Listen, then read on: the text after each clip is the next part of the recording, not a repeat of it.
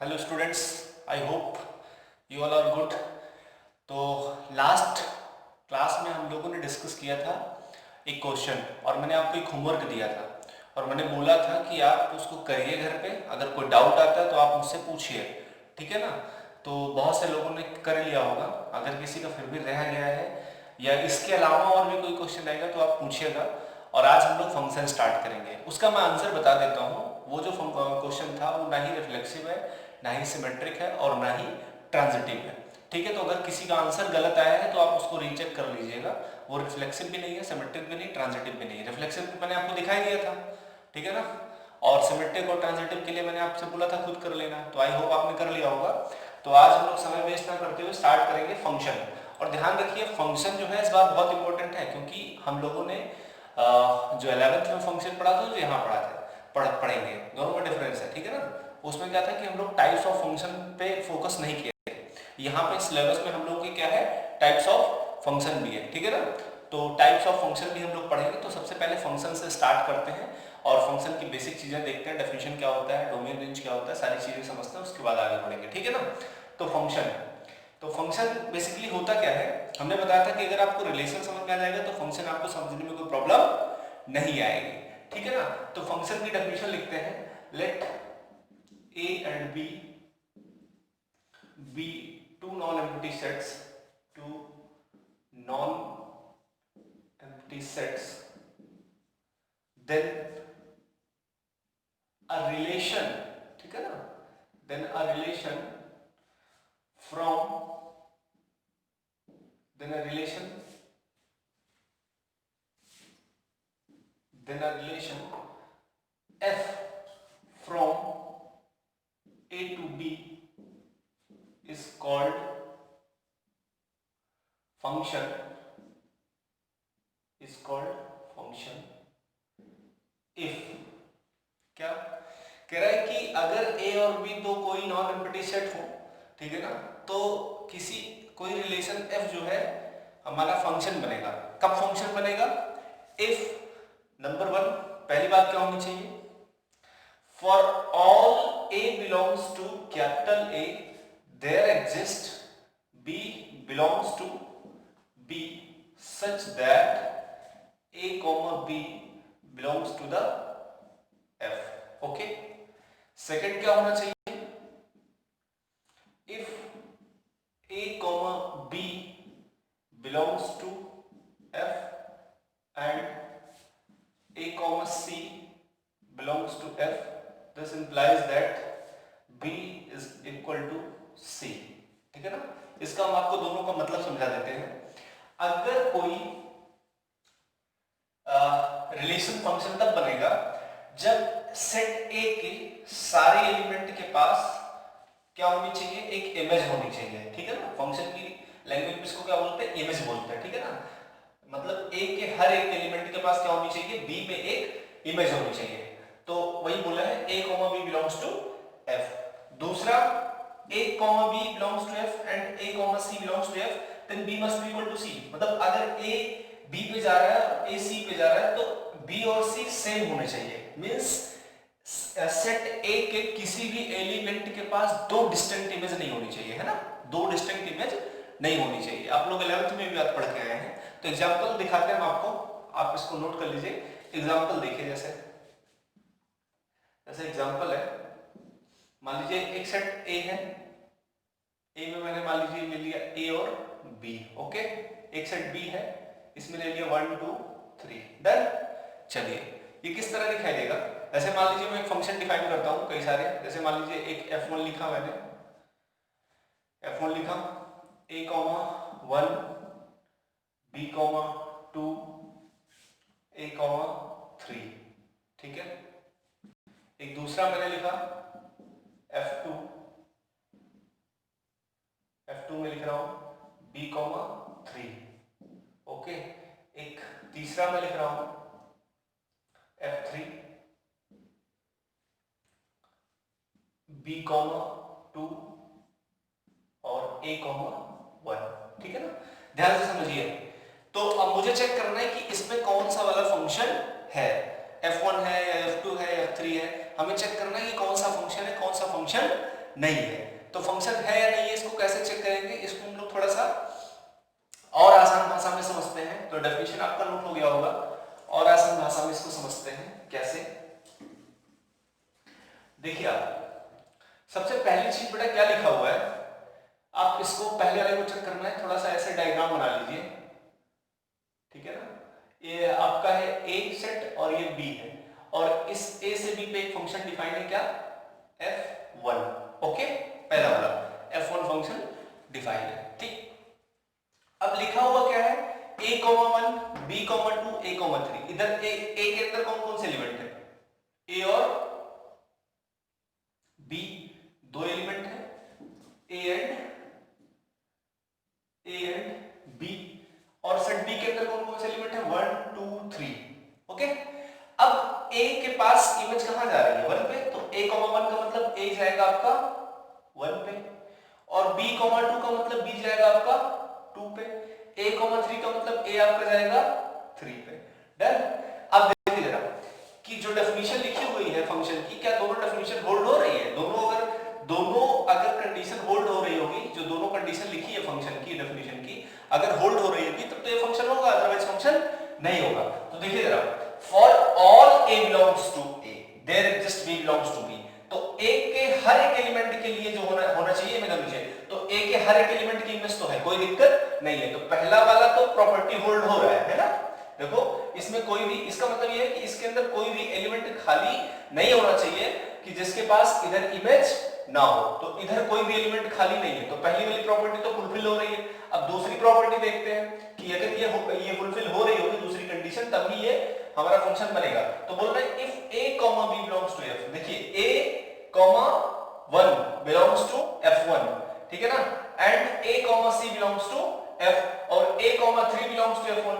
तो क्या 1 और 3 दोनों इक्वल है, नहीं ना, देखो ना, a जो है दो जगह जा रहा है, a जा रहा है 1 पे और a जा रहा है 3 पे, तो क्या 1 और 3 दोनों इक्वल है, नहीं इक्वल है ना, तो इसका मतलब दूसरी कंडीशन होल्ड नहीं कर रहा है, इसका मतलब जो हमारा f1 है ये फंक्शन नहीं होगा। तो यहां लिखेंगे since a, 1 belongs to f1 and a, 3 belongs to f1, ठीक है ना, but 1 is not equal to 3, तो therefore f1 is not a function, ठीक है ना, f1 is not a function। कोई प्रॉब्लम, नो प्रॉब्लम, आगे चलते हैं नेक्स्ट। इसी तरह हम लोग चलिए सेकंड चेक कर लेते हैं, सेकंड चेक करते हैं। सेकंड में क्या था, इधर आपका a और ये आपका b, a के अंदर a और b दो एलिमेंट, इधर 1 2 3, इसमें फंक्शन आपका डिफाइन है f2। ओके, तो b का एलिमेंट, b की इमेज कहां है 3, तो b गया आपका 3 पे। देखिए इसमें तो a खाली है ना, इसमें कोई खाली नहीं होना चाहिए, सेट a के अंदर कोई भी एलिमेंट खाली नहीं होना चाहिए, ये तो बोला। फॉर पहली प्रॉपर्टी क्या है, पहली कंडीशन क्या है, for all a belongs to a there exist b belongs to b, तो ठीक है, इसमें कोई भी खाली नहीं होना चाहिए, तो पहले ही खाली हो गया। तो लिखेंगे since in set a there is a element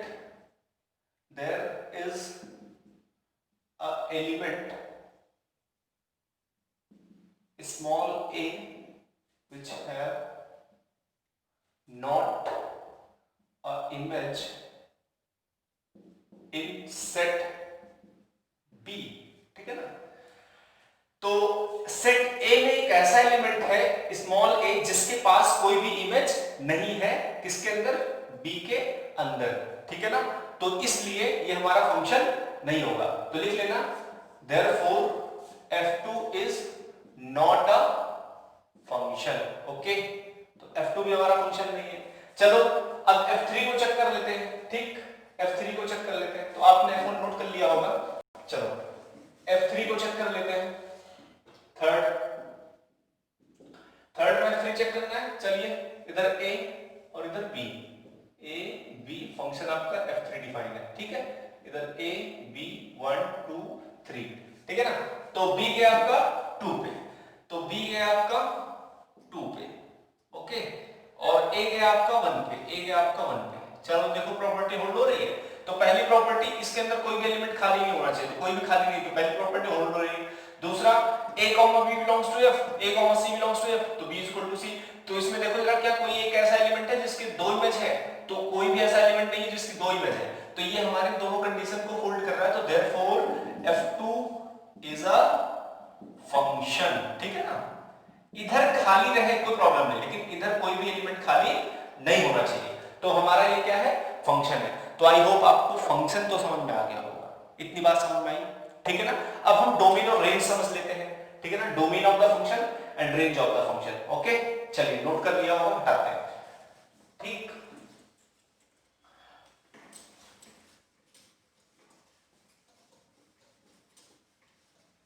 ठीक है, इसको लिखेंगे कैसे? इसको नोटेशन क्या होता है ये भी समझ लो। नोटेशन होता है आपका, इसको ऐसे लिख सकते हैं, F2 such that A to B, ठीक है ना। ये नोटेशन है, मतलब A से B पे एक फंक्शन डिफाइन है जिसका नाम क्या है? F2 है, ठीक है ना।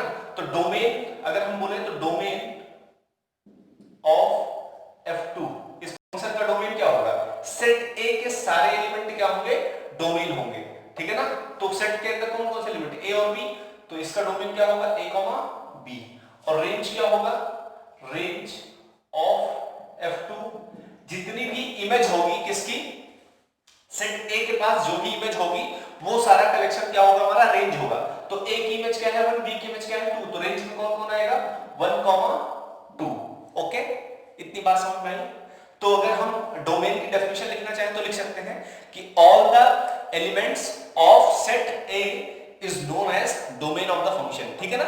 या जहां से फंक्शन डिफाइन होता है वो हमारा क्या होता है? डोमेन होता है। और रेंज क्या होता है? Collection of all the images of set A is known as range of the function, ठीक है ना।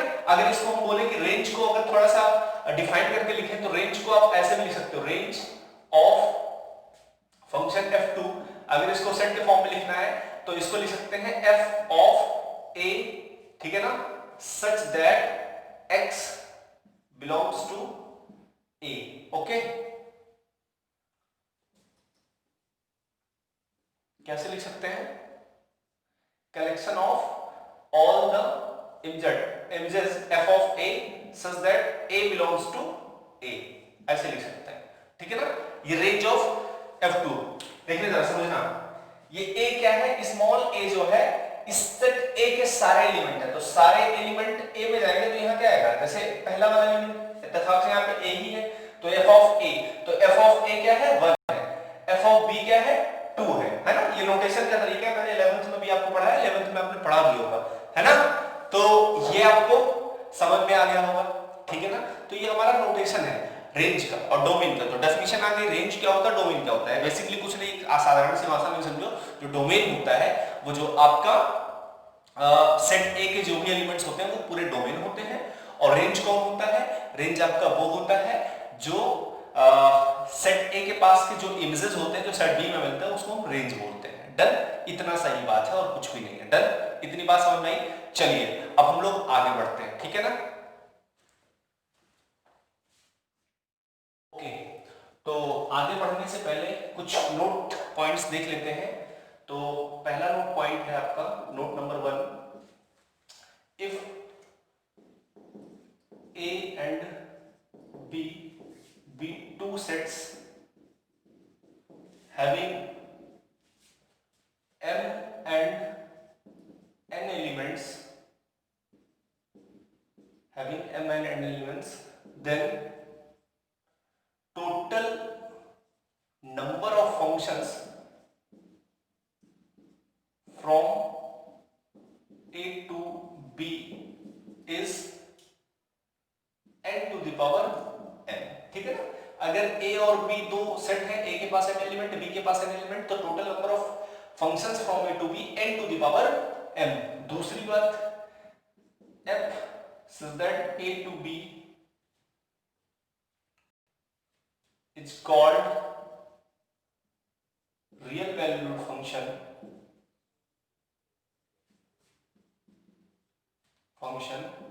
if B is a subset of R। R बोले तो रियल नंबर, ठीक है ना। डन। कहने का मतलब क्या है कि ए से बी अगर कोई रियल वैल्यूड फंक्शन हम बोलेंगे, अगर बी हमारा क्या हो, आर का सबसेट हो जाए ना। अगर कोई फंक्शन मान लीजिए एफ सच दैट ए से बी डिफाइन है, तो उसको हम लोग बोलेंगे कि वो फंक्शन हमारा रियल वैल्यूड फंक्शन है अगर बी हमारा क्या हो जाए, बी हमारा आर का सबसेट हो जाए। तीसरी बात, F such that A to B is called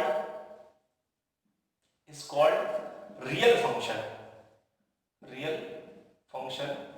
if a and b both are subset of r, अगर दोनों ही r के सबसेट हो जाए तो उसको हम बोलेंगे ये r का है, r है हमारा real number.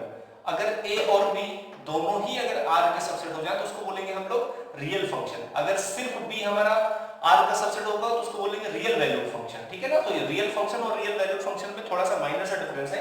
Real valued function उसको बोलेंगे जिसमें सिर्फ b हमारा r का सबसेट हो, और रियल फंक्शन उसको बोलेंगे जिसमें a और b दोनों ही r के सबसेट हो, ठीक है ना। तो अगला हम डिस्कस करने जा रहे हैं ऑपरेशन ऑन रियल फंक्शन, ठीक है ना। अब हम रियल फंक्शन पे आगे हम बढ़ने वाले हैं, रियल फंक्शन पे ऑपरेशन करने वाले हैं। तो नोट करिए, इसको हटा देते हैं। Operations on real function, okay. Operations, heading है operations on real function, real functions. तो सबसे पहला है addition, okay.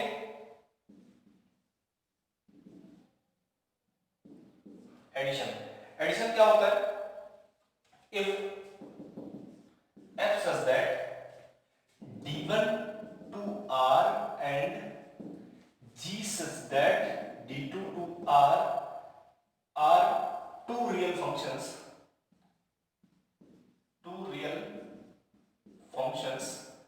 then their sum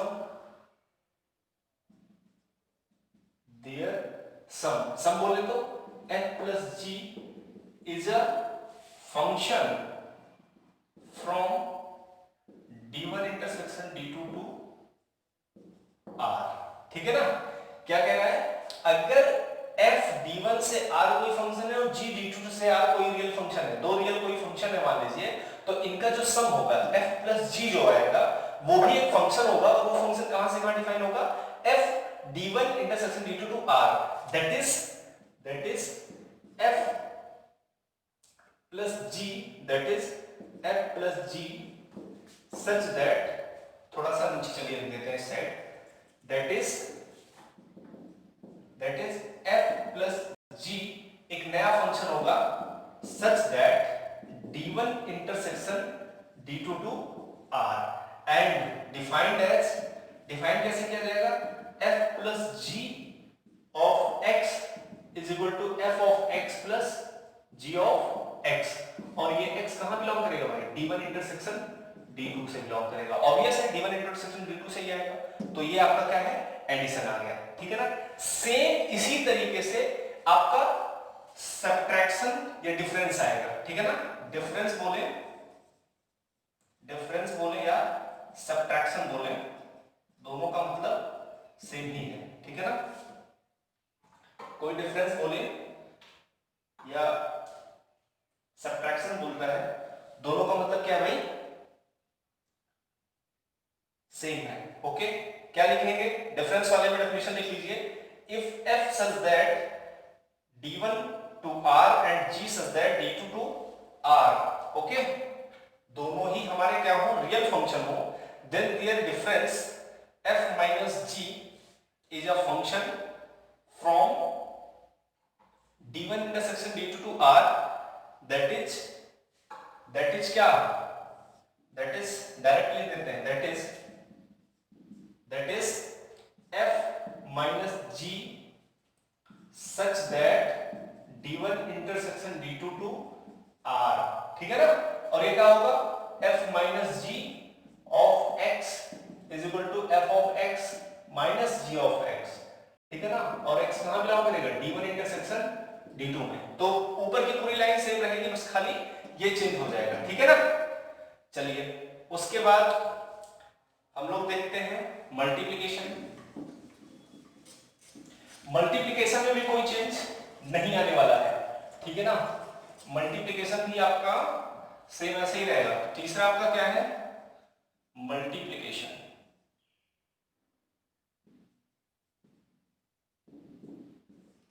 multiplication multiplication में क्या होगा, if f such that d1 to r and g such that d2 to r are two real functions, then their multiplication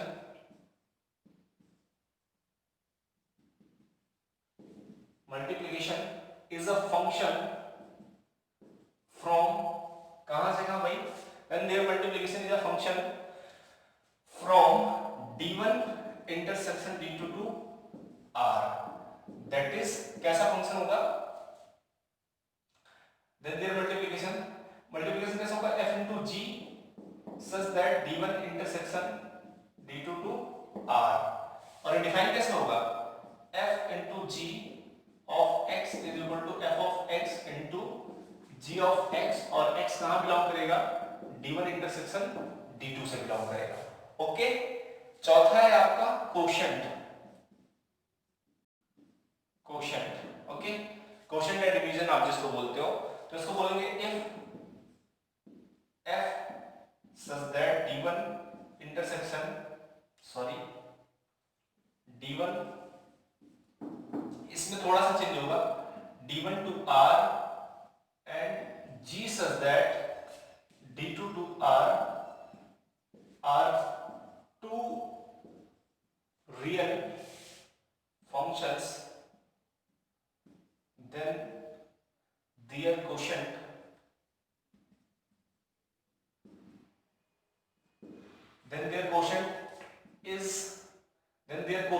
बोले तो f by g is a function from, कहां से कहां होगा भाई इस बार, d1 intersection d2 minus x such that gx is equal to 0 to r, ठीक है ना, to r।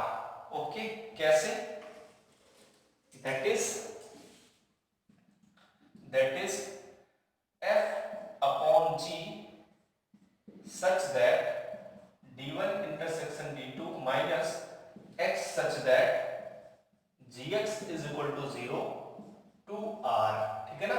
इसको डिफाइन करेंगे कैसे, that is f over g of x is equal to f of x upon g of x, और x कहां belong करेगा, d1 intersection d2 से माइनस कर देंगे x such that gx is equal to 0। ये क्यों माइनस कर रहे हैं, ध्यान से समझो, क्योंकि डिनोमिनेटर में 0 नहीं होना चाहिए, तो वो वाले x माइनस हो जाएंगे जिसपे gx क्या हो रहा होगा, 0 हो जाएगा, बस इसीलिए इसमें क्वोशंट में थोड़ा सा चेंज है, वो वाले x माइनस कर देंगे, d1 इंटरसेक्शन d2 के कॉमन डोमेन से वो वाले x गायब हो जाएंगे जिसपे gx हमारा 0 हो रहा है, ठीक है ना, तो वो वाले हमें हटा देने हैं, तो इसलिए इसका डोमेन थोड़ा सा चेंज हो जाएगा, ठीक है।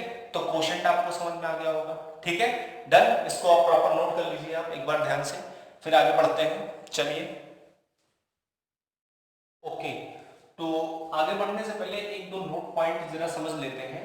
नोट नंबर 1 है आपका क्या, multiplication of a function by a scalar, ठीक है ना, multiplication of a function by a scalar, ठीक है ना। तो if f such that d to r be a function and alpha is a scalar, scalar बोले तो real number, okay, real number, then their multiplication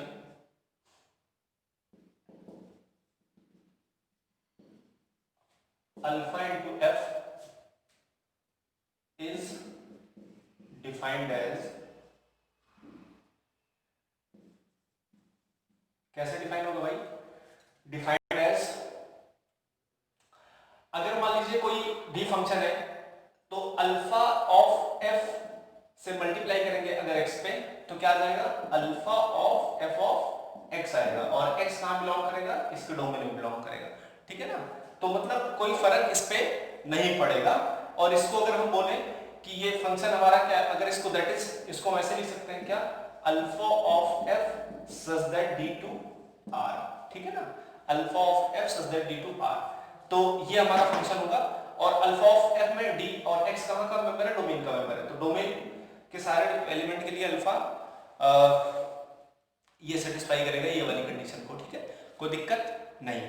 अगला लिख लीजिए, note हो गया होगा, हटाते हैं इसको, लिखिए रेसिप्रोकल ऑफ अ फंक्शन, हटाते हैं रेसिप्रोकल ऑफ अ फंक्शन।